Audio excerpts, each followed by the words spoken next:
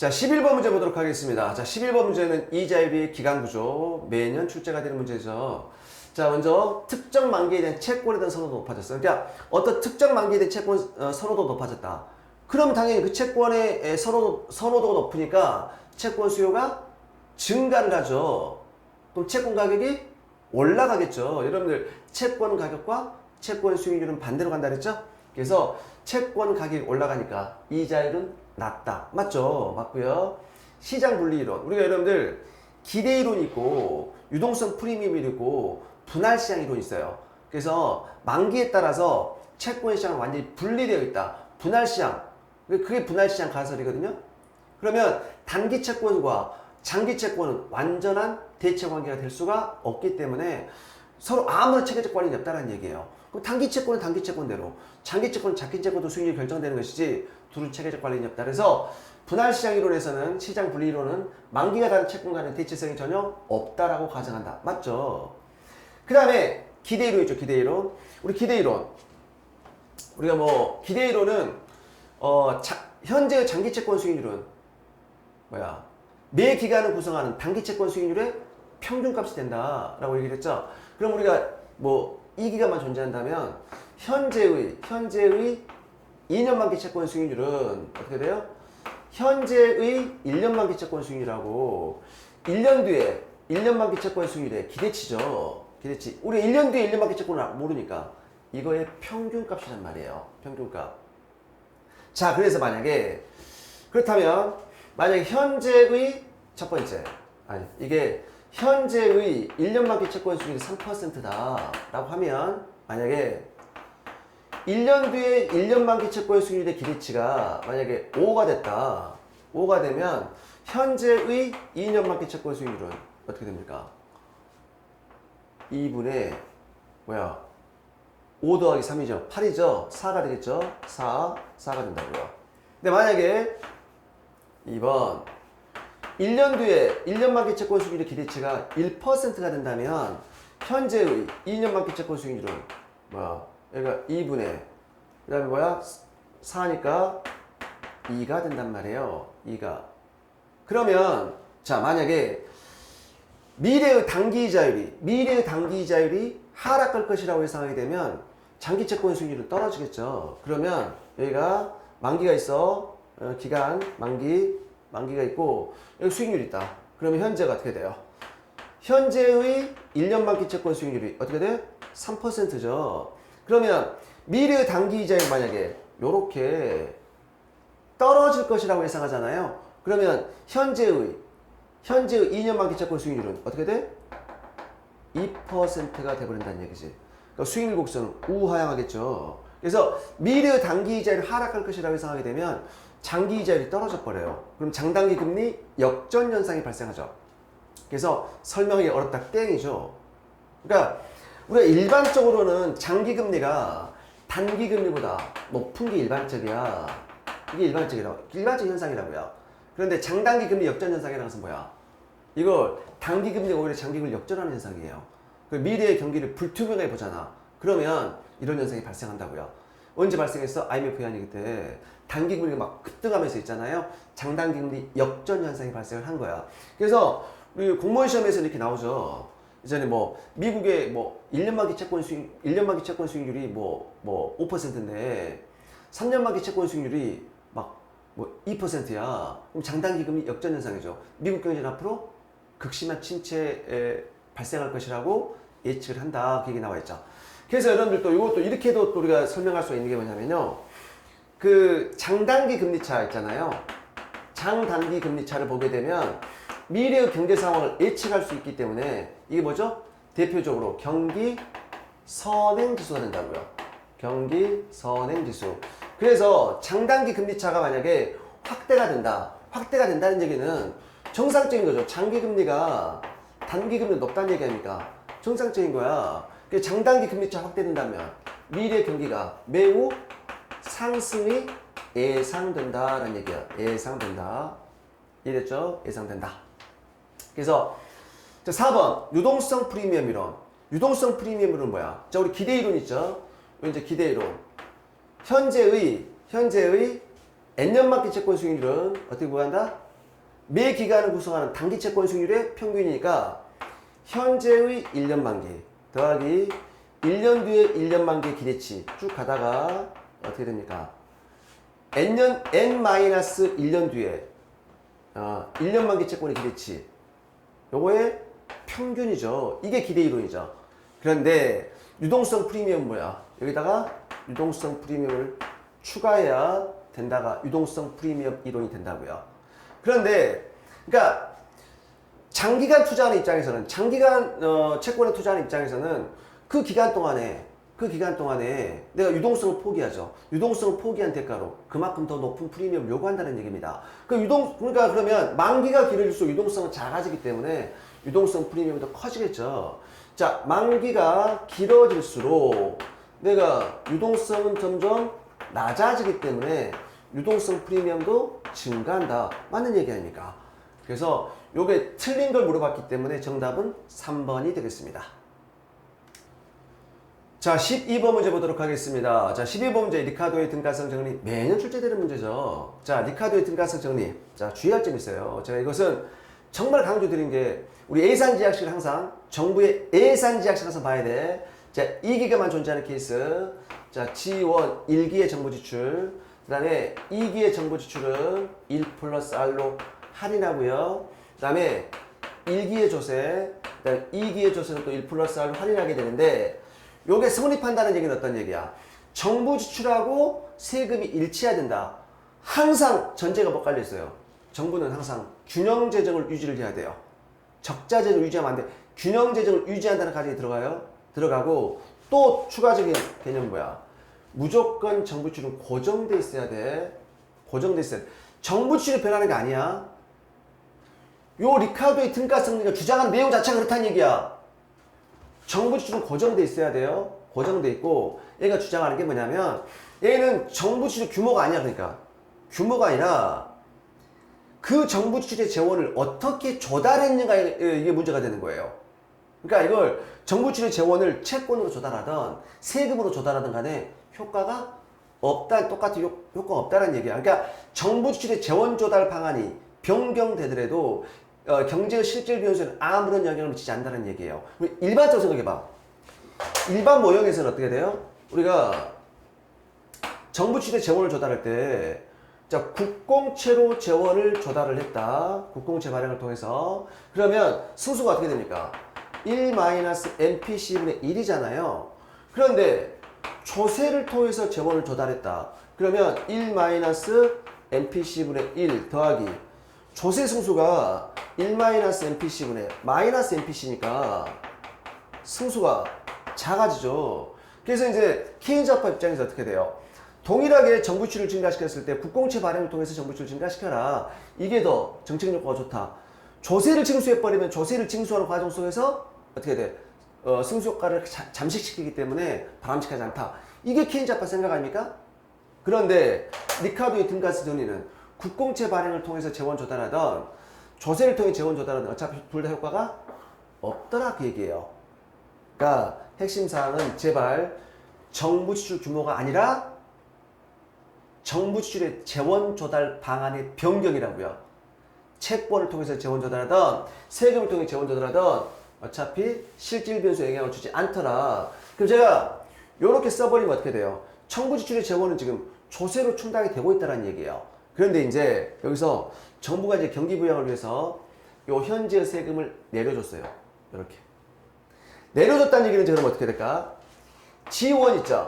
그러니까 1기의 정부 지출이 100으로 고정돼 있어. 고정돼 있는데 세금을 90만큼만 거둔 거야. 그럼 10만큼 부족할 거라고요. 이걸 어떻게? 그렇지. 채권으로 조달한 거야. 채권으로. 이해됐어요? 이걸 채권으로 조달한 거야. 채권으로 메꿨겠지. 메꾸더라도 어차피 효과는 없다 그 얘기예요. 이 조세 감면 효과가 없더라 그 얘기예요. 자, 왜냐? 보세요. 자, 현재 세금을 감면을 했어. 그러면 민간인 굉장히 미래지향적이고 합리적이야. 그렇기 때문에 이 시기에 성립하려면 미래의 세금이 증가할 거 아닙니까? 증가를 해야 성립할 거 아닙니까?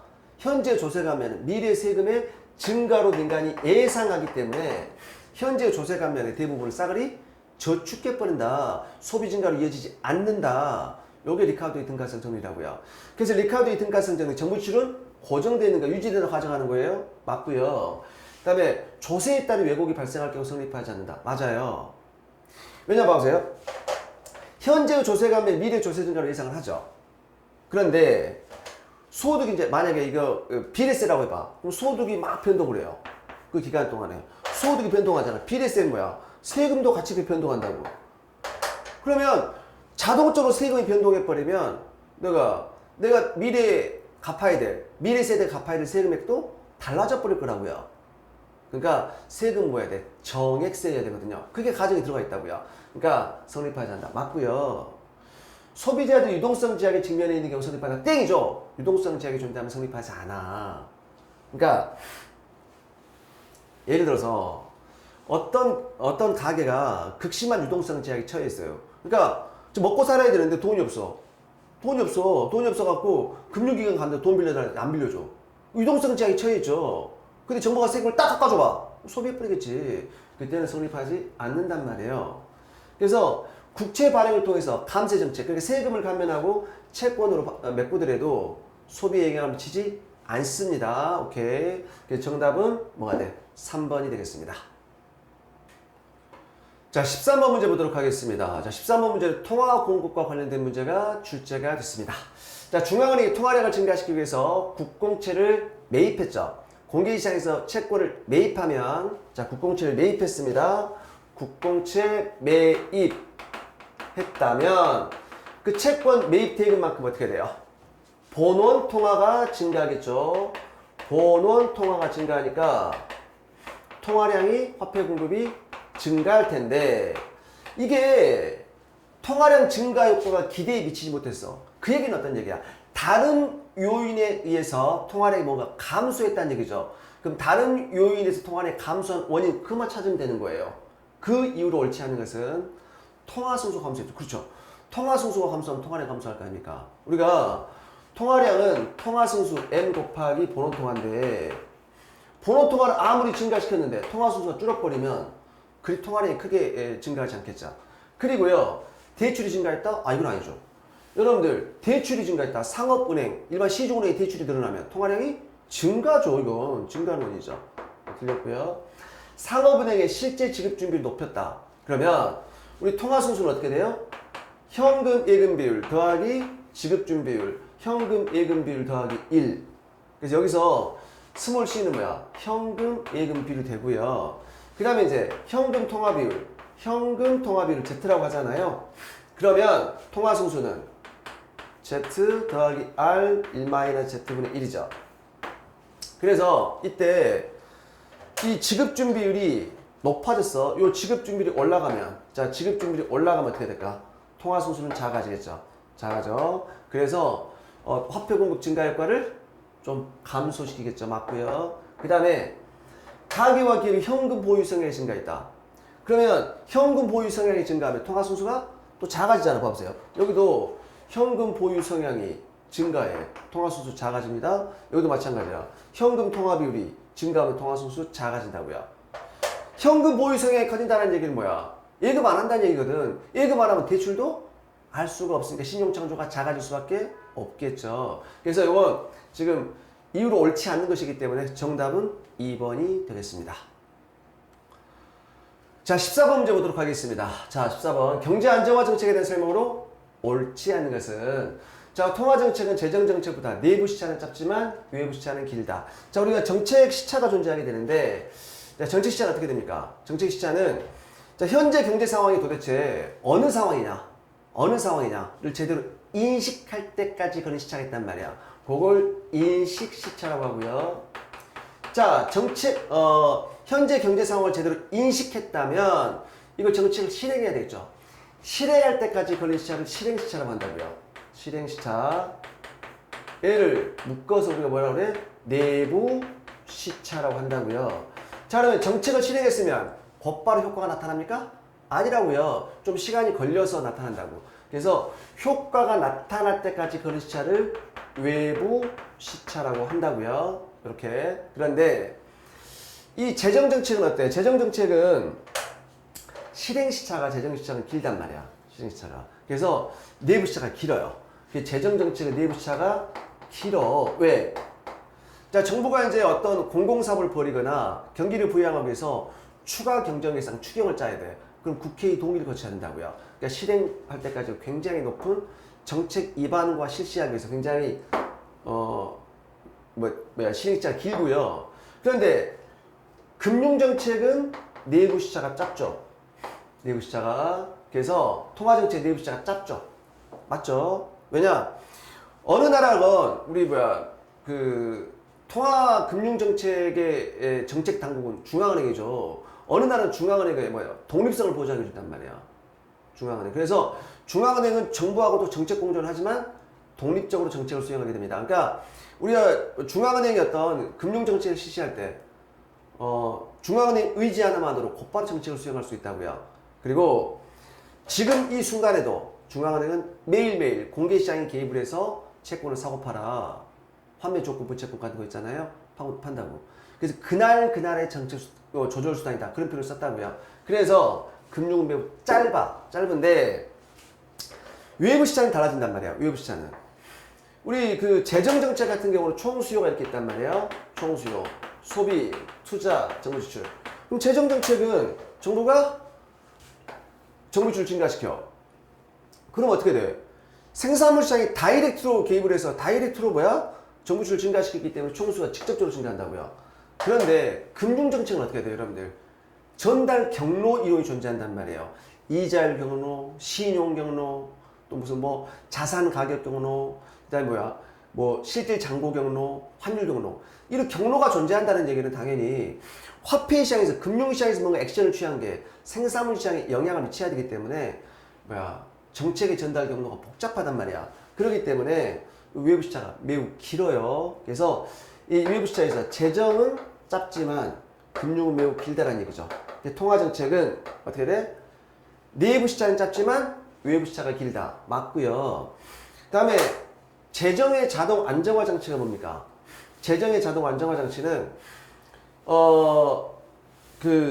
경기 변동이 발생을 했을 때 정부가 굳이 경제에 개입하지 않더라도 이미 국회의 논의를 거쳐서 제도화된 재정 제도화에서 자동으로 정부 재정 지출과 세금이 변동을 해서 경기 변동의 진폭을 완화시켜주는 장치를 재정의 자동 안정화 장치라고 했고요.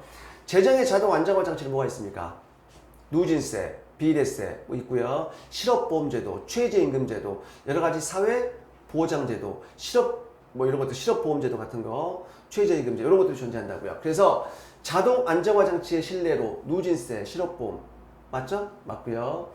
경제가 이제 유동성 함재에 빠져 있습니다. 유동성 함재에 빠져 있으면 LN 곡선은 어떻게 돼요? 수평이 되죠. 수평이 돼요. 자, 그러면 이때 금융정책, 통화정책을 실시하면 LN 곡선 오른쪽 가더라도 국민소득은 변동하지 않아요. 그래서 유동성 함재에 빠진 경우는 통화정책의 효과가 전혀 없고요. IS를 이동하면 국민소득이 대폭 증가하죠. 구축효과 발생하지도 않아. 그래서 통화정책보다 재정정책 효과적이다. 맞는 얘기죠. 자, 추혜적 정책의 동태적 비관성. 어떤 거죠? 자, 정책을 이제 발표를 해요. 정책 발표. 자, 정책을 발표했을 때는 화폐 공급을 1000 증가시킬 거야. 발표하는데 막상 정책을 시행할 때가 되면 통화량을 2000까지 증가시키고 싶은 유혹이 발생한다고요. 이게 동태적 비관성의 문제죠. 그래서 그러면 이렇게 재량 정책하면 돼, 안 돼?